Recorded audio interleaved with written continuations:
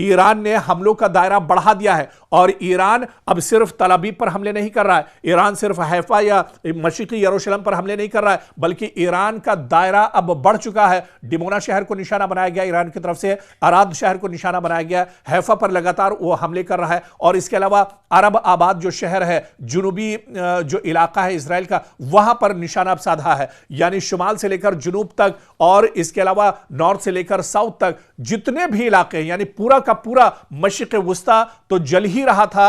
लेकिन अब ईरान के टारगेट पर सिर्फ इजराइल नहीं या सिर्फ मिडिल ईस्ट नहीं, बल्कि अब अमेरिका के जितने एयरबेस हैं और जिस तरह से डियागो गार्सिया तक अब इस जंग की धमक पहुंच चुकी है। पहली बार ईरान ने 4000 किलोमीटर के फासले पर डियागो गार्सिया पर हमला किया है, जिससे काफी ज्यादा तबाही डियागो गार्सिया पर हुई है, यानी सीधे सीधे ये अमेरिका पर एक तरह से हमला है। डियागो गार्सिया पर ब्रिटेन का भी एयरबेस है, इस वजह से यह मुश्तरका तौर पर बहुत बड़ा झटका है ब्रिटेन के लिए और अमेरिका के लिए। तो ईरान कहीं ना कहीं अब इस जंग में पूरे यानी फुल फॉर्म में एक तरह से उतर कर आ रहा है। ईरान इस वक्त फुल फॉर्म में है और ईरान पूरी ताकत के साथ दरअसल अब यह हमले कर रहा है और ऐसे में अब पूरी दुनिया की निगाहें इस जंग पर टिकी हुई है। लगातार हमलों का दायरा बढ़ रहा है, जंग का दायरा लगातार बढ़ रहा है, जंग अब लगातार बढ़ती जा रही है। जिस जंग के बारे में दावा किया जा रहा था कि 3-4 दिन में जंग खत्म हो जाएगी,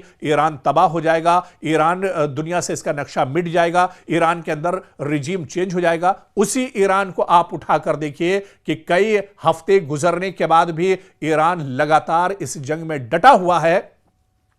बल्कि सिर्फ ईरान डटा हुआ नहीं है, बल्कि हर रोज हर दिन गुजरने के साथ ईरान और ज्यादा खौफनाक होता जा रहा है। ईरान के हमलों में शिद्दत आती जा रही है, ईरान जंग का दायरा लगातार बढ़ाता जा रहा है। यानी एक तरफ सिर्फ ईरान है और दूसरी तरफ अमेरिका और इजराइल जैसे सुपर पावर है, और इसके अलावा यूरोप की जो बड़ी ताकतें, यूरोप के जो बड़े मुल्क हैं, वो भी अब कहीं ना कहीं अमेरिका के साथ खड़े हैं। लेकिन ईरान अभी भी दबने के लिए एक तरह से तैयार नहीं है। हालांकि जंग के दूसरे रुख को अगर देखा जाए, ऐसा नहीं कि इस जंग में ईरान का नुकसान नहीं हो रहा है, ईरान को बहुत बड़े पैमाने पर इस जंग में नुकसान हो रहा है। ईरान में आम लोगों का कत्लेआम एक तरह से किया जा रहा है, जिस तरह से इजराइल और अमेरिका आम शहरियों को टारगेट कर रहा है। लगातार अस्पताल और इसी तरह से जो स्कूल हैं उन्हें इजराइल और अमेरिका निशाना बना रहे हैं। आईडीएफ ने खुद इस बात को माना है कि अस्पताल पर उसके जरिए से हमला किया गया है। इससे पहले अमेरिका ने इस बात को माना था कि ईरान के अंदर एक बड़ा लड़कियों का स्कूल था जहां पर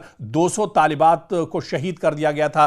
तो अमेरिका और इजराइल लगातार आम शहरियों को भी हमले में निशाना बना रहे हैं। आम शहरी बड़े पैमाने पर ईरान में मारे जा रहे हैं, बड़े पैमाने पर तबाही ईरान के अंदर हो रही है। लेकिन ईरान से दरअसल इतनी बड़ी तवक्को नहीं थी कि ईरान इतने बड़े पैमाने पर जवाब देगा, ईरान इतनी मजबूती के साथ ये जंग लड़ेगा, ईरान एक तरह से दुश्मन के दांत खट्टे कर देगा, ईरान दरअसल पीछे हटने पर मजबूर कर देगा अब्राहम लिंकन को। अब्राहम लिंकन जो अबनाए हुर्मुज में दरअसल जंग से 1 महीना पहले ही आकर लंगर डाल दिया था, वो भी अब पीछे हट चुका है। अब अमेरिका के को यहां से समझ में नहीं आ रहा है और इसी वजह से डोनाल्ड ट्रंप ये चाहते हैं कि अब इस जंग का जो दरअसल नतीजा है वो बातचीत से निकलना चाहिए। अब वो चाहते हैं कि बातचीत होना चाहिए। इतना ज्यादा नुकसान होने के बाद इजराइल पूरी तरह से जल रहा है, मशरिक़ वुस्ता पूरी तरह से महफूज नहीं है, मशरिक़ वुस्ता का कोई भी शहर दरअसल अब यहां पर महफूज नहीं है। मशरिक़ वुस्ता के किसी भी शहर में लोग रातों में सो नहीं रहे